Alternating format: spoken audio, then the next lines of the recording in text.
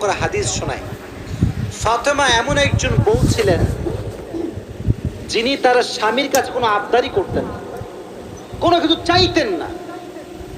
তো একদিন স্বামী আসছে, আলী এসে বলছে, এই ফাতেমা, তুমি আমার কাছে কোনো কিছু চাও না কেন? কিচ্ছুই চাও না, আমি চাই তোমাকে দিতে, তুমি নিতেই চাও না। আজকে তুমি এমন একটা কিছু চাইবা যেটা খাওয়ার জিনিস হবে, আমি তোমাকে নিয়ে এসে খাওয়াবো। আমি তোমাকে নিয়ে এসে তো ফাতেমা বলছেন, না দরকার নাই। কি দরকার? থাক না, কোনো প্রয়োজন নাই।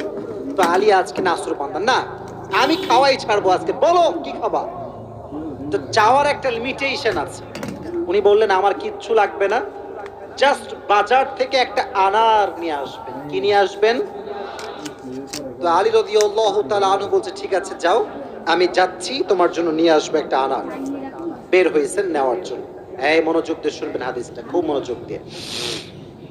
বাজার থেকে একটা আনার কিনেছেন, কিনে যখন বাসায় ব্যাক করবেন, হঠাৎ করে একজন গরিব মানুষ আসছে, সে বলছে, আলী, আজ 3 দিন যাবত আমার পেটে কোনো খানা নাই, আমি বড় হত দরিদ্র মানুষ, খুবই ক্ষুধার্ত মানুষ, তুমি কি আমাকে কিছু খাওয়াতে পারবা?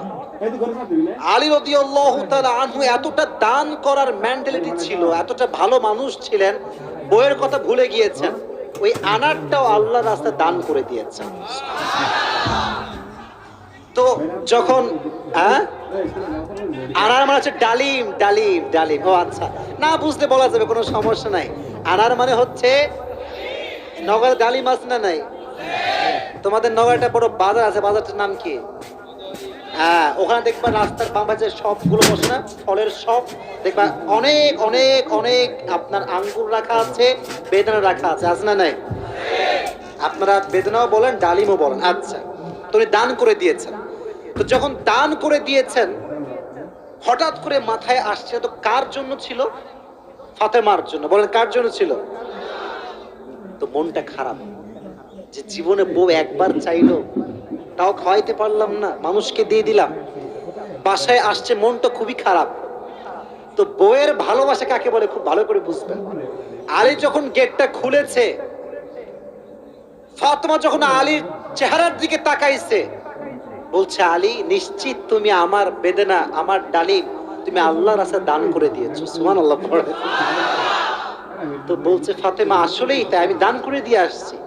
তো বলছে, আলী, তুমি যদি আমার জিনিসকে আল্লাহর রাস্তায় দান করে খুশি হও, আমি ফাতেমা তাতেই খুশি হয়ে গেলাম। অবাক করা বিষয় দেখেন, হঠাৎ করে একজন মানুষ বাসার গেটে নক করেছে, এই কেউ কি আছে বাসায়? গেট খুলেছে, তো দেখছে গেটের বাইরে দাঁড়িয়ে আছে একজন সাহাবী, তার নাম হচ্ছে সালমান ফারসি। তার নাম কি? এদিকে পেছনে কিয়ামত হয়ে যাক, তোমরা আমার দিকে তাকাও। তার নাম কি? সালমান ফারসি। বলছে, কি হয়েছে আপনার, হঠাৎ করে আপনি আমাদের বাসায় আসছেন? বলছে, নবীজি তোমার জন্য 9টি আনার হাদিয়া পাঠিয়েছেন। আপনার সুবহানাল্লাহ পড়তে পারলেন না? কয়টি আনার? আরো জোরে। তো আলী বলছেন, নো, এটা আমার না, এটা আমার হতে পারে না। সালমান ফারসি বলছে, কেন? এটা তোমার জন্য পাঠিয়েছে। আলী বলছে, ভালো করে চেক করো, এটা আমার জন্য হতে পারে না। বলছে, কেন? বলছে, আল্লাহ তাআলা কোরআনে বলেছেন, মান জাআ বিল হাসানাতি ফালাহু আশরু আমসালিহা, যে আল্লাহর রাস্তায় একটা দিবে, আল্লাহ তারে 10 গুণ বাড়ায় দিবে। তাহলে আমার তো 9টা হবে না, আমার হবে কয়টা? তো সালমান ফারসি এই কথা শুনে আবার পকেটে হাত দিয়েছে, হাত দিয়ে আরেকটা বের করেছে, বলছে, নবী তোমাকে 10টাই দিয়েছে, আমি জাস্ট পরীক্ষা করছিলাম। সুবহানাল্লাহ পড়ে। তো চাইলেও একটা ভালোবাসা লাগে, আর যে আল্লাহর রাস্তায় দান করে তার আরো বেশি বাড়ায় দেয়। একজন আওয়াজ দিয়ে বলে, তিনি কে? আর একটা রিওয়ায়াত বলি। একদিন ফাতেমা রাদিয়াল্লাহু তাআলা আনহা সুতা বিক্রি করলেন। কি বিক্রি করলেন? সুতার দাম হচ্ছে 6 দিরহাম। কয় দিরহাম?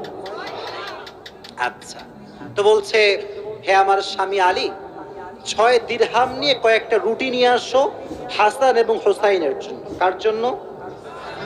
হাসান এবং হোসাইন কার সন্তান? ফাতেমা এবং আলীর সন্তান। তো অবাক করে একটা রেওয়ায়াত, আমি জাস্ট গতকালকে এটা পড়লাম, এটা আমি আগে জানতাম না। তো বের হয়েছে বাসার থেকে রুটি কিনবার জন্য। কি কিনবার জন্য? রুটি কিনে ফেলেছে। Just he was coming back to home, বাসায় আসছিলেন। হঠাৎ করেই গরিব আসছে, অসহায় মানুষ। আলী, কিচ্ছু নাই পেটে খাওয়ার মতো, তুমি কিছু দিতে পারবা? আলীর মনো মাইন্ড এতটা বড় ছিল, যা কিনতে গিয়েছিল ফ্যামিলির জন্য ওইটাও আল্লাহ রাস্তায় দান করে দিয়েছে। জোরে সোরে পড়ুন সুবহানাল্লাহ। সন্তানের জন্য খাবার আপনি কিনেছেন, কিন্তু দান করে দিয়েছেন, কিন্তু ভেতরে একটা কষ্ট আছে না নাই? দেখো এই যুবকেরা, প্লিজ প্লিজ লাফালাফি করো না, এদিকে আমার দিকে একদম স্থির হয়ে থাকো, চুপচাপ স্থির থাকো। কারণ নওগাঁর মানুষ তো এরা অভদ্র ঘরের সন্তান, এরা সব ভদ্র ঘরের সন্তান, ঠিক না? চুপচাপ থাকেন। তো যখন ফিরে আসবেন, হঠাৎ করে একজন লোক আসছে, এসে বলছে, আলী তুমি কি উটটা কিনবা? উট? বলেন কি? তো আলী বলছে, না ভাই, টাকা পয়সা নাই, কেনার সম্ভব না। তো বলছে, তোমাকে আমি এটা এখন দিচ্ছি, তোমার যখন বিক্রি করার সুযোগ হবে তখন বিক্রি করবা, তোমার লাভ তুমি রাখবা, আর আমারটা আমাকে দিলেই হবে। তো আলী বলছে, ঠিক আছে দাও। জাস্ট উটটা নিয়েছে, উট নিয়ে বাসায় ব্যাক করবে, আবার আরেকজন আসছে, বলছে, ভাই এর দাম কত নিবেন বলেন? বলছে, ভাই আপনি দাম বলেন। যে উটের দাম হোক 200 দিরহাম, ওই লোক আগেই বলছে, আমি এটাকে তোমার কাছ থেকে 300 দিরহাম দিয়ে ক্রয় করে নিব। নিয়ে নিয়েছে উট। তাহলে আগে ছিল মাত্র কয় দিরহাম, এখন তিনি কয় দিরহামের মালিক হয়ে গেলেন? সুবহানাল্লাহ পড়তে পারলেন না? এখন এই যে 300 দিরহামের মালিক যাকে দিবে, লভ্যাংশ খুঁজে পায় না। কই গেল লোকটা? লোক আর খুঁজে পায় না, না পেয়ে বাসায় আসছে। যখন গেট খুলেছে, গেট খুলেই দেখছে নবীজি তার বাসার ভেতরে বসে আছে। বলছে, আলী আজকের ঘটনা তুমি বলবা নাকি আমি বলবো? বলছে, নবী আপনিই বলেন। বলছে, তোমার কাছে সর্বপ্রথম যিনি উট বিক্রি করেছিলেন তিনি আর কেউ নন, তিনি হচ্ছেন জিবরাইল। আর যিনি ক্রয় করেছেন 300 দিরহাম দিয়ে, সে কোনো মানুষ নয়, তিনি হচ্ছেন ইসরাফিল। কেন নবী, এটা কেন আমার সঙ্গে হলো? বল, তুমি যে নিজে না খেয়ে মানুষকে খাওয়াইছো, এটা আল্লাহর কাছে বড্ড ভালো লেগেছে। তো আল্লাহ তোমার এত বেশি বাড়ায় দিয়েছে যে তুমি কল্পনাই করতে পারো না। সুবহানাল্লাহ পড়েন। তাহলে প্রিয় ভাইয়েরা, আল্লাহর রাস্তায় দান করার জন্য আলী এবং ফাতেমার থেকে শিক্ষা নেওয়ার দরকারটা আছে না নাই? যতটুকু পারি নিজেও খাবো, মানুষকেও দিব। নিজে খাবো, মানুষকে দিব না, এটা স্বার্থপর ছাড়া কিচ্ছু হতে পারে না। আমরা স্বার্থপর হব না, ভালোবেসে যাব। আল্লাহ ভালোবাসার মন আমাদের দান করুক, পড়া আমিন। আর একটা হাদিস, আচ্ছা বলেন তো পরিবারের, আচ্ছা এখানে সব যুবক আমার মনে হয় আমরা মধ্যবিত্ত পরিবারের সন্তান, ঠিক আছে না প্রিয় ভাইয়েরা? শোনেন একটা কথা বলি, অনেক সময় অনেক যুবকের মন খারাপ হয় যে হুজুর শখের একটা R15 নাই, শখের একটা আইফোন নাই, ঠিক আছে না প্রিয় ভাইয়েরা? শখের একটা গাড়ি নাই, শখের একটা বাড়ি নাই। অনেকের এটা কষ্ট থাকে, না বললে হবে না, এটা মানুষ হিসেবে কষ্ট লাগে, ঠিক আছে, কিন্তু মাথায় রাখবা, এদিকে হাদিস বলছি, গরিবরা, মধ্যবিত্তরা বড়লোকের চাইতে 500 বছর আগেই জান্নাতে প্রবেশ করে। এবার খুশি না বেজার? এবার হাদিস শোনা। হঠাৎ করে একদিন আলী এবং ফাতেমার ঘরে